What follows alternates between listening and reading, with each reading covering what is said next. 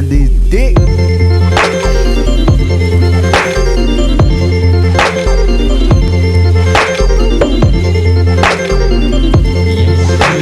It's not that deep,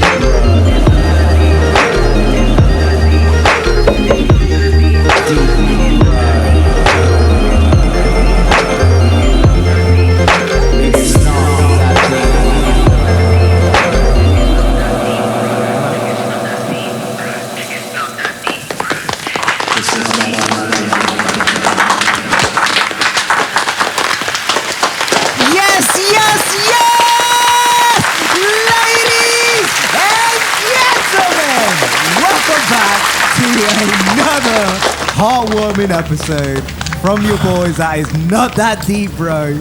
Episode 61. Here we go. We're choosing some heartwarming content. That's right. That's a new one. We'll keep it PG. Had to dial the volume back massively there as you came crashing in like like the Hindenburg disaster. Holy fuck. You know what that is? We're going straight strong. You know about the Hindenburg? You ever seen that footage of that like huge blimp? Yes. Just exploding. Yeah. Yeah, it's that. It was a blimp that like... I came in style then. I mean, that was pretty stylish. The Hindenburg was pretty stylish. That's what I'm saying. I came in style. There's a guy... I came into style.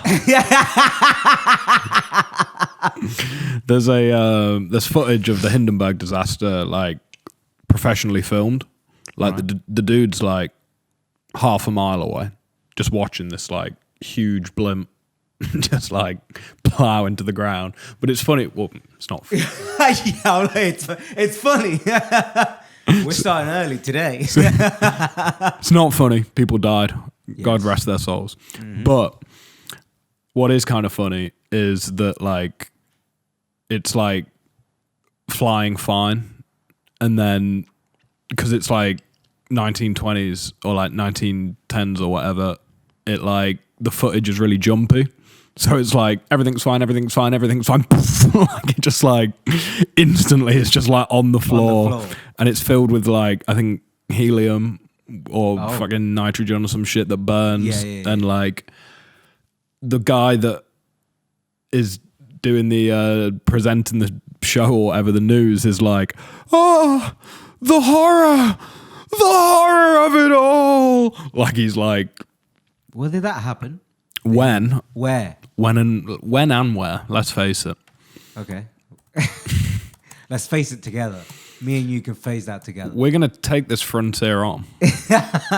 We're gonna make a new Hindenburg number 2. That's wild. And this one's gonna succeed. That's wild. You know why that's wild? Why? Because it was like a Nazi bomb.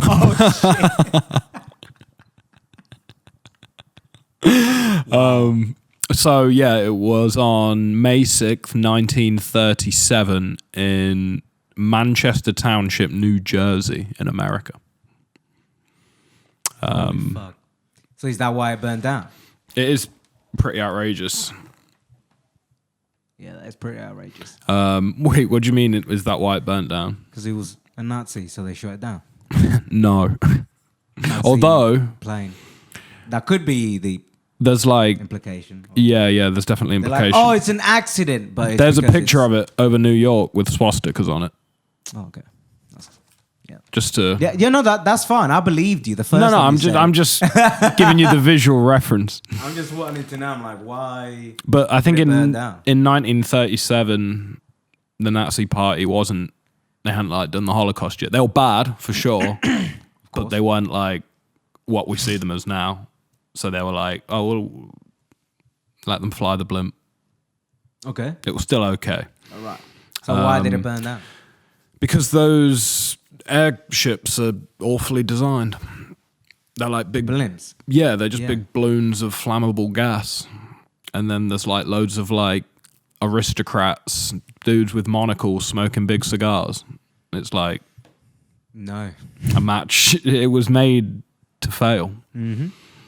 At 7:25 at local time, the Hindenburg caught fire and quickly became engulfed in flames. Eyewitness statements disagree as to where the fire initially broke out. Several witnesses on the port side saw yellow flames first jump towards the forward of the top fin near the ventilation shaft. I'm not familiar enough with the Hindenburg's design to know where the top fin of the ventilation shaft is. Yeah, I can tell you that myself. There's like footage because it's like a huge balloon, but the people aren't in the balloon. They're in like the little cabin. Yeah. Underneath it. And as the cabin like gets lower and lower as it's like on fire, people are like jumping out, but it's still like quite high up. Yeah, it's pretty crazy. And then they're just like in the flames for a second, and then you see these little dots like running out. It's pretty crazy. How many people died? You want to know the Well, we're here now. the numbers?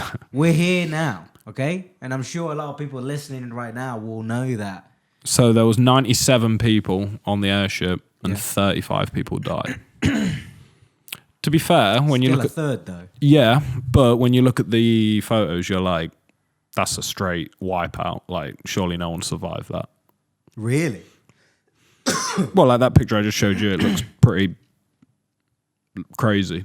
Yeah. But then But I guess some people could. I don't know. Like, it's amazing, like what the human body. was there a river or was there like water near there when it happened? People could have jumped at a certain time, landed in the water, whatever. Maybe, I don't know. I'm just speculating over here.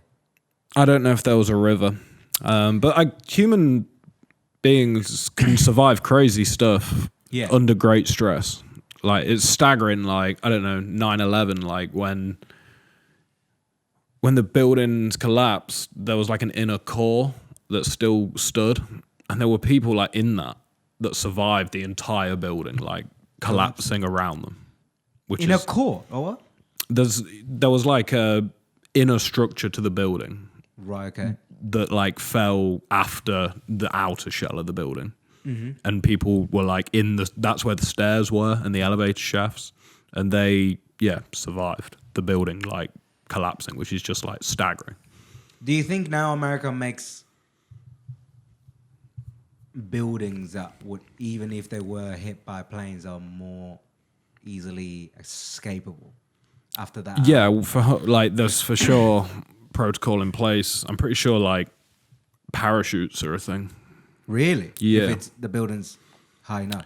Yeah, and then Shit. That means they would have to, like, if they were to build the towers again, they would have to make like every floor have enough parachutes for every person. well, it's crazy because like that's still a crazy thing to do. Parachute Yeah. off. I saw a video the other day of someone because there's a World Trade Center that's built near where the Twin Towers were, called the One World Trade Center. Okay. And that's like I don't think I've seen it. it's kind of big and made of glass. Doesn't look like the old towers.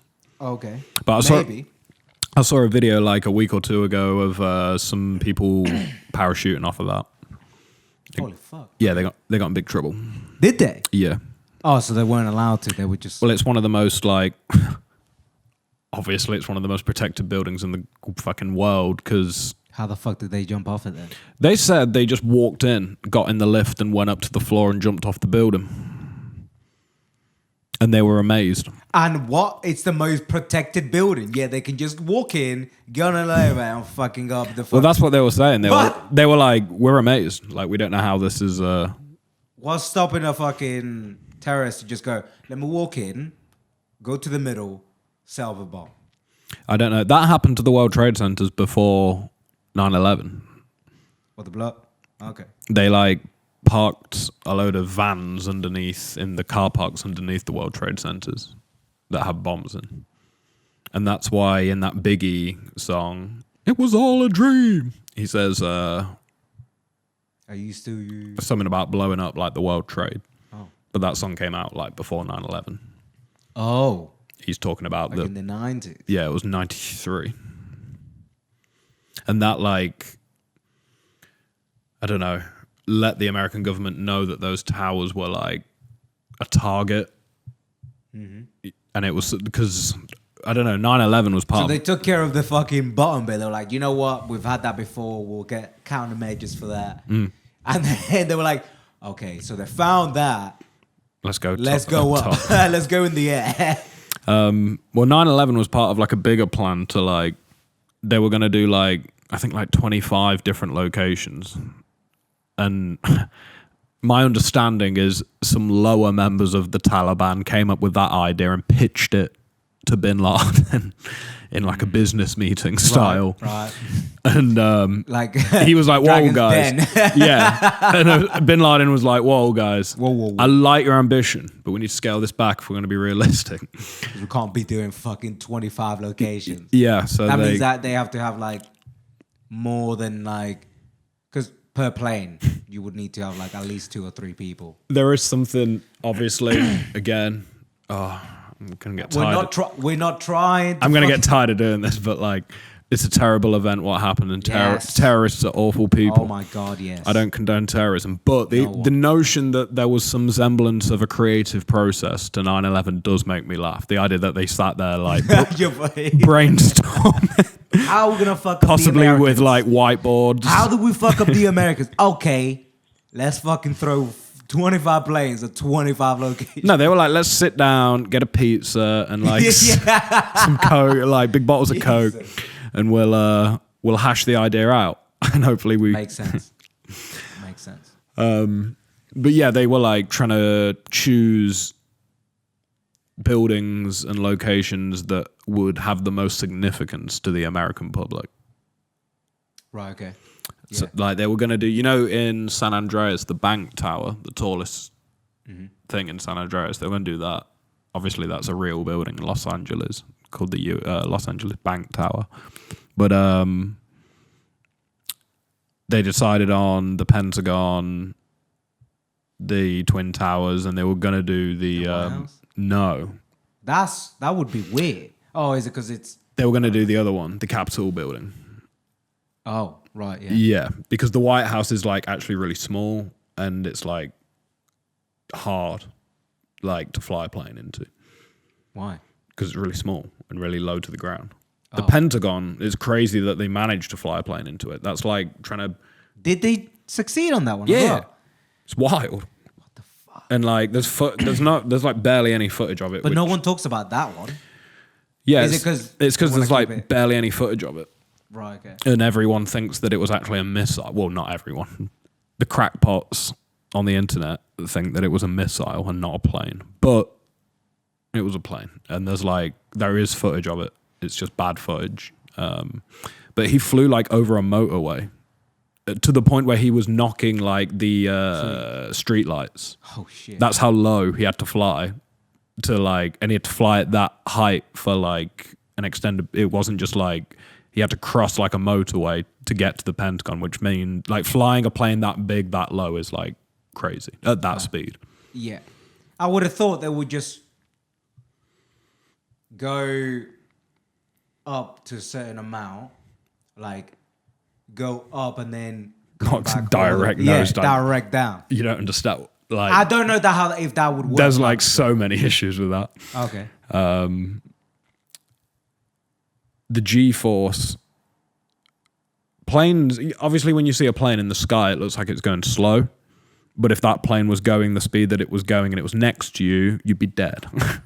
100%. It's So- got like so many miles an hour. Like Yeah. Thousands of miles an hour. So the plane that hit the second tower, he nearly misses. He's going so fast. Really? He is going like an unbelievable speed for. It's the fastest you'll ever see that a Boeing like 737 or whatever it was go.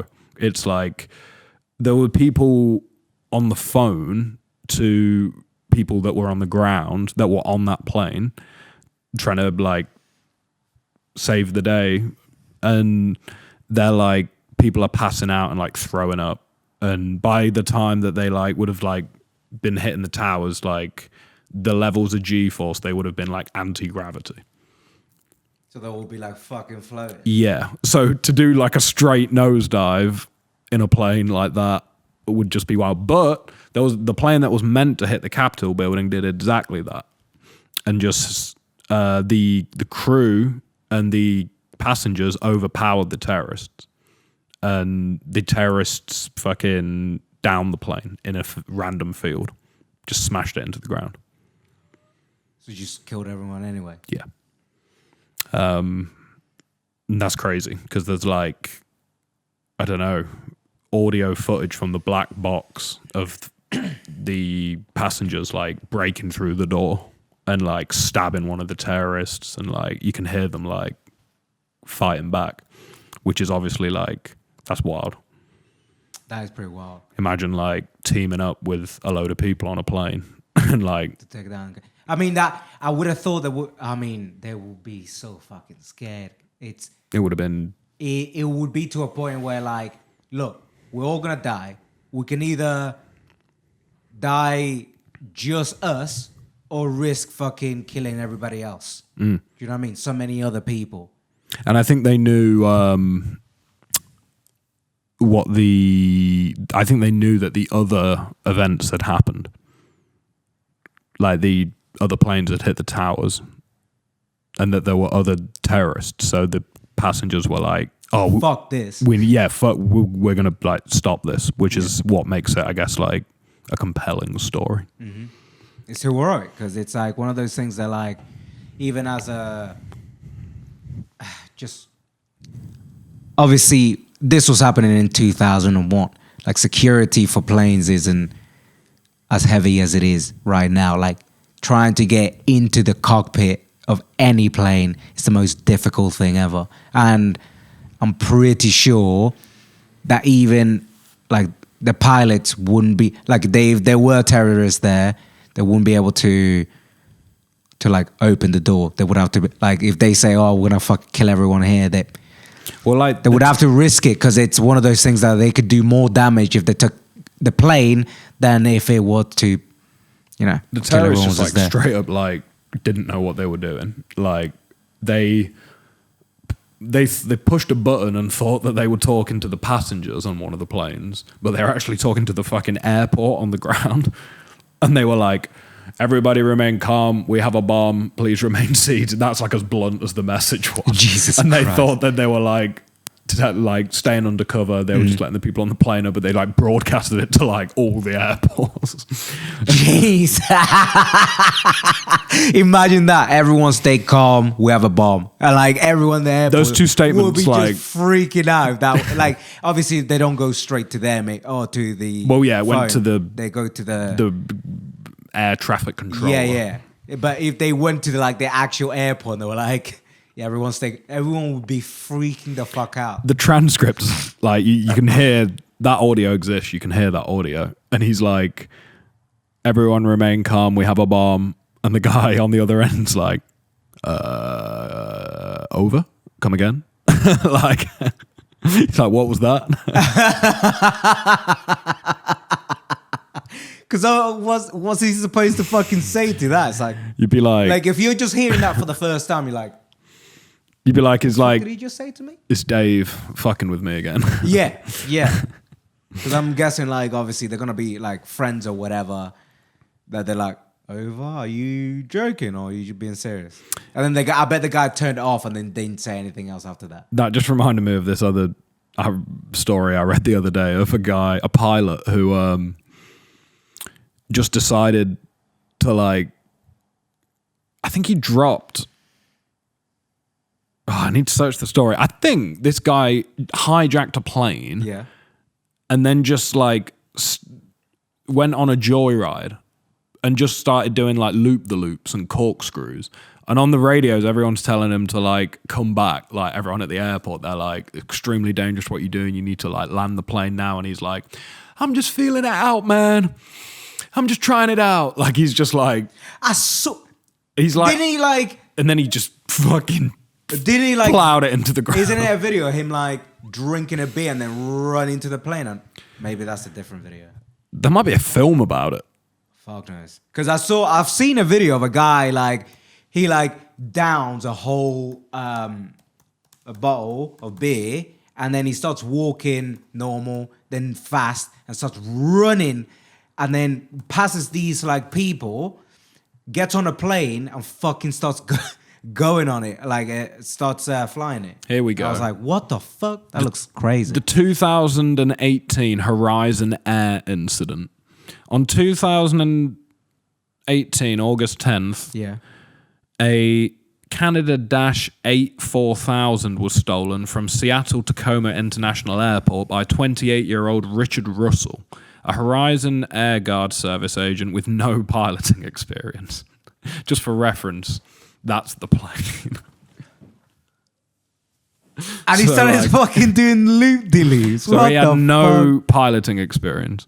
And he just feeling it out. After Russell performed an unauthorized takeoff, 2 F-15 Eagle fighters were scrambled to intercept the aircraft.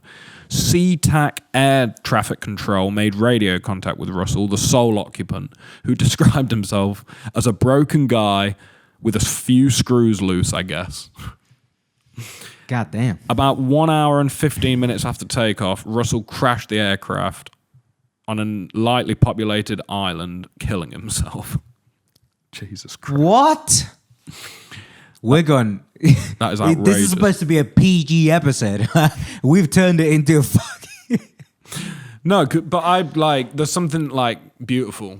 That guy was obviously less to awful, but like his weird melancholy attitude towards it, where he's like,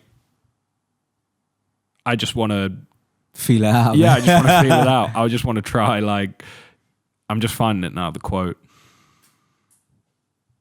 He's like, I just wanted to see if I could do this. He performed a barrel roll over the island, about 3 meters above the water. A veteran pilot said the maneuver seemed pretty well executed without stalling or pulling the wings off.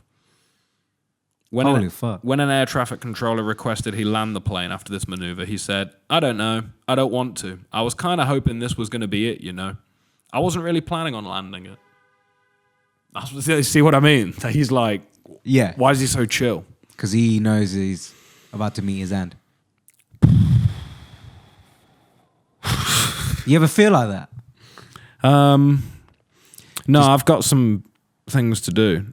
I mean, I can kind of like, Sympathize? Empathize? yeah, I can fathom getting to a point where I feel like I'm done. Just not like in like a satisfied way, more than like a really like dark way. You like when you know that it's done, you still won't be like, oh yeah, let me just go to that building and be like, yeah, see ya. It's like looking back on everything and being like, oh, it was great. I'm like, I can go. I'm happy. Yeah. More So than that's like an old age thing. You get to a point where like, that's it. to find it prematurely. But then everyone's on a path, you know. Yeah. And kind of, we were saying this last episode, like, you know, everyone's on a different like cycle. Yeah. I mean, We don't know where everyone's come from. I would never. I can only know how I feel about a certain situation. I couldn't know what somebody else felt about it unless they told me. But doing that and just be like, oh, that's it, I'm ready to end it. There's just so much more to do. You know, I've got that whole, we talked about it last episode, I got that whole I want to live forever sort of thing. I have like, there is times where I feel sad enough to be like, oh, okay, maybe it'll be fucking easier. And then my brain's just like, no, that's fucking quitting. And Mama Dean Red's no fucking quitter, all right? But it's like, So you're fucking going till something happens or till the very fucking end. yeah, it's like that, you know, End the Experience. That Rick and Morty episode where they go to that arcade and play that game Roy. Yeah. Like, you play until the end. Yeah. Like, you play till he dies. Yeah. Yeah. And then it's like, oh my God, kids, what happened? I think that like legit is like, we were talking yesterday on the Patreon about leveling up, but like, I feel, yeah. it would be like you just take the Roy helmet off and And you're then like, you're oh like, fuck. oh shit. Or like you're a baby or some shit, you know? You're a baby. Yeah, like you take the helmet off and you're a baby. How the fuck? What? That's how you're born again. You can't remember anything. You take the helmet off, and it's like Rick and Morty. You fucking remember all of that, but then you just go back in, and you can't just go back in, but then that just tells you it's like, nah, now I need to live in the fucking real reality and make it better instead of like. I don't think any of them are real. Yeah. I don't think there's like So one. I don't think there's a main one. You don't think there's a main one? Nah, I think we're in this one right now. Me and you are here. Yeah. I know that. Right. Me, and are we in the other one as well at the same time? we might meet again. That'd be fucking whoa. That'd be wild. Imagine meeting someone you met in another life and knowing about it. That'd be crazy. You'd be like, fuck. What if like you take the helmet off and then as soon as like one of the rules of the game is you can't talk about your experience within the game. You're like, wow. Who sets those rules? I don't know. I said, what if? Yeah, I'm asking. I don't fucking know who sets the rules up. It's a what if for a reason. It implies that there's. If it's a game like an arcade game, then obviously. But then the what is person an that has the arcade makes the rules, or the person who made the game makes the rules. But then, like, what is an arcade game? At that point, like, when, like, Roy is a reality, we're like, we define video game, I don't know, 100 fucking years ago. You're taking it way too deep, because it's not that deep. No. Where are we going with this? Tell me. What I have a point. I have a full, like, idea. Like, I'm trying to get across to you. Yeah, no, but you're asking me, like, who does the rules? And I'm like, I have no idea.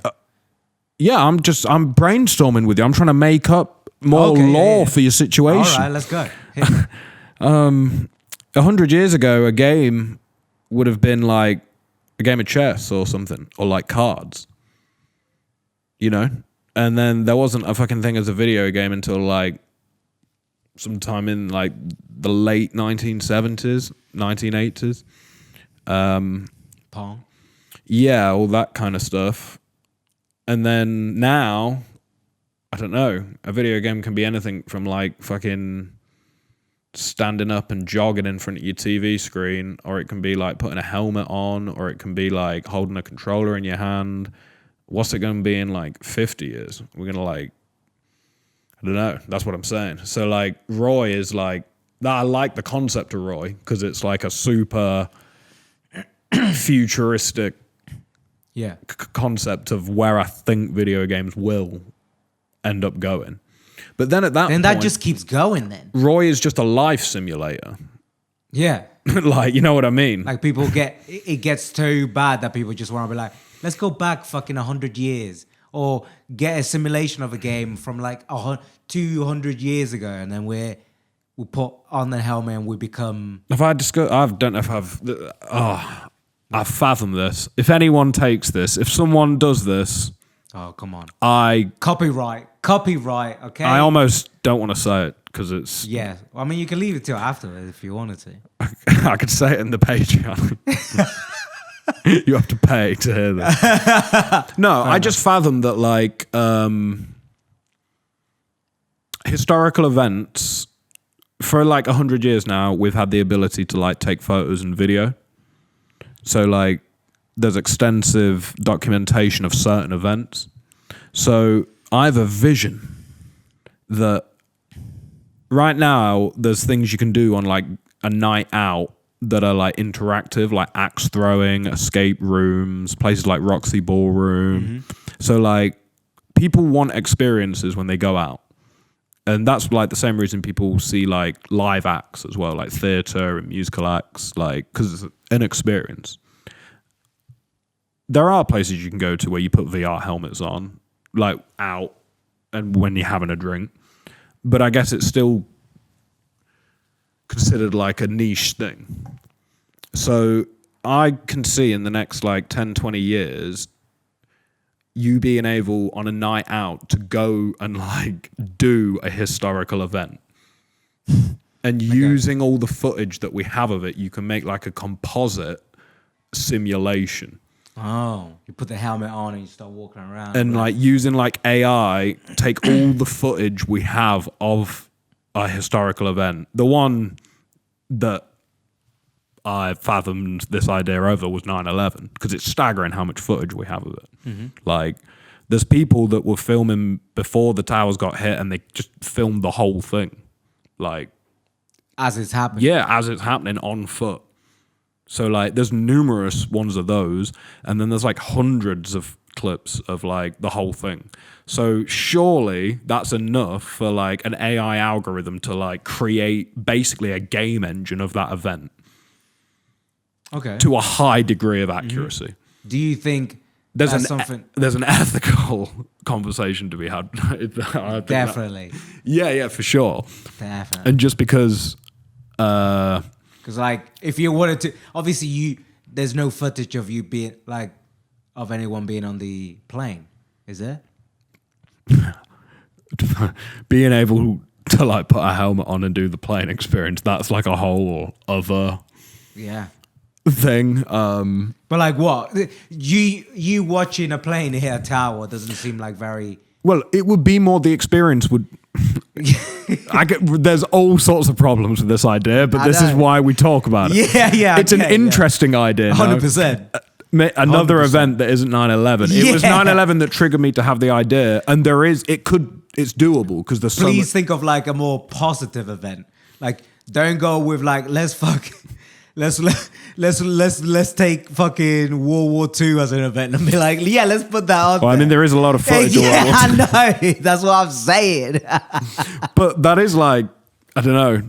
that issue was brought up when like the first person shooter became a thing, like Medal of Honor and like COD. COD, yeah. A lot of people are like, oh, you use this and now people just want to kill each other. Well, like when Saving Private Ryan came out, it was like, I don't know, there was a conversation there where it's like, should you recreate D-Day to that level of accuracy? You know, is that like, but there's as someone that wasn't, you want to see it as someone that wasn't there, yeah, and has like absolutely have no stake in the conversation at all. I think we should be able to set that up in a way where it isn't used in an abusive or exploitive way, and it shows history. Right. Okay. Yeah. A lot of people will. That was some fucking. Okay. Yeah, you brought it back. I'm just saying that I feel like empathy. There's too many empathy. There's too many fucking.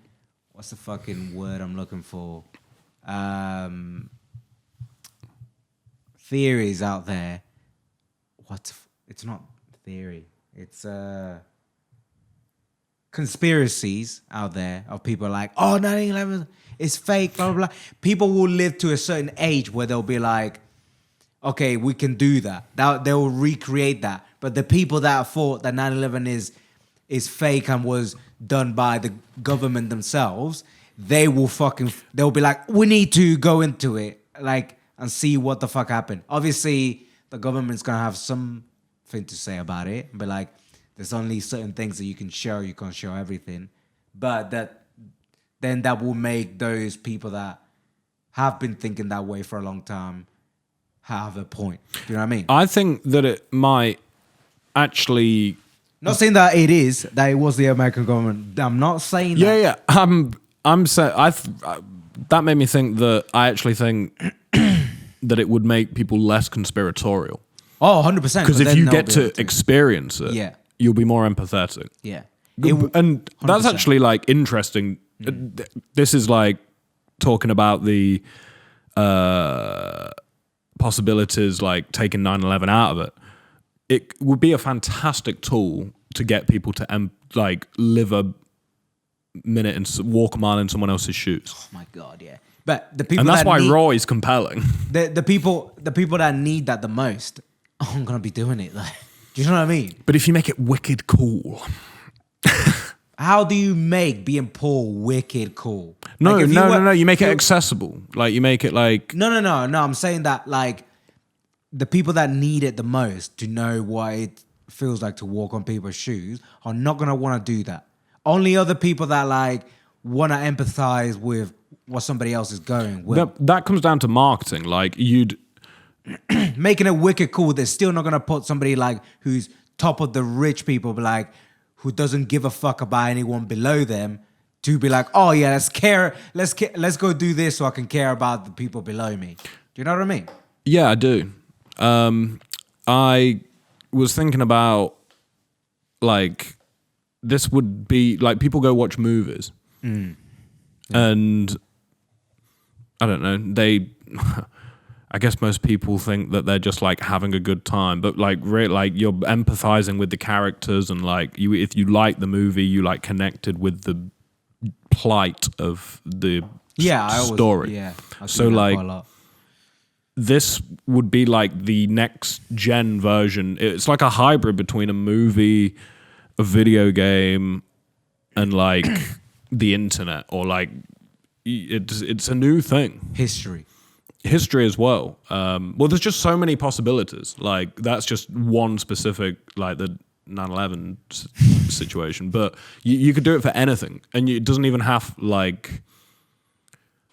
You could shoot a movie, and then present it like that, where you put a helmet on and you're inside the movie, and you could be the main character, or you could be just like a side character watching the movie as it's happening. Well, it would just be an interactive experience, like because it's like not happened yet. I think the conversation is like just there, where it's like films will then become quite a big, like, it'll be like a thing where like if you wanted to be in the movie and everything that happened in the movie, everything would have to have happened in real time. As they're making the film, them going to like a shop or fucking leaving the house. If it's like an action film and they're fucking driving really fast, they're gonna have to fucking, a lot of the times when in films where somebody's like in a car, the next scene is like, oh, them in the house already. That's going to have to like stop in a sense of like, they're going to have to get to the house, get out the car, fucking do all of that, which is fine. But that makes it, that then becomes like such a longer film that it. Yeah, I know what you're referring to there, which is why, that's what I mean. It's not just a straight up like transfer of what a film is today. No. It's a new form of completely thing. Yeah. Which will be fucking sick. If I was able to be like, oh fuck, I love this film. Well, the minute it's fucking amazing, dude, let's fucking do this shit. The minute that like I drop something hot and we manage to get in a room with some people that have more money than they know what to do with, this gonna be coming out my mouth, and like, let's get this popping. Shit's gonna be coming out of both our mouths. I'll try to keep it simple. You know how I am with my bullshit, but I'll try to keep it like as coherent as possible. I'm not gonna be like, well, yeah. I'm getting bitches. A glass of water. Okay. Bitches love grime. I don't know. Grime. Like some random shit. Oh, look at him. Beano. Beanster.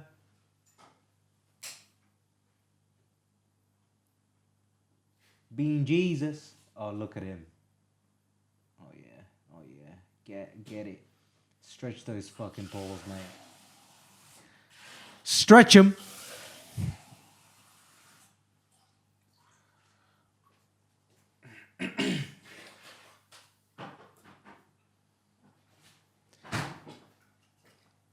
And on that note, people from everywhere else. We got about 10 minutes. We'll move. What do you mean we'll go about 10 minutes? Just until we hit the normal ballpark of what we do. What do you mean? What's the normal ballpark? Time-wise. Somewhere in between 45 and 50. What's 35 minutes? Yeah. Fair enough. You're eager to what you're going to do when you get back?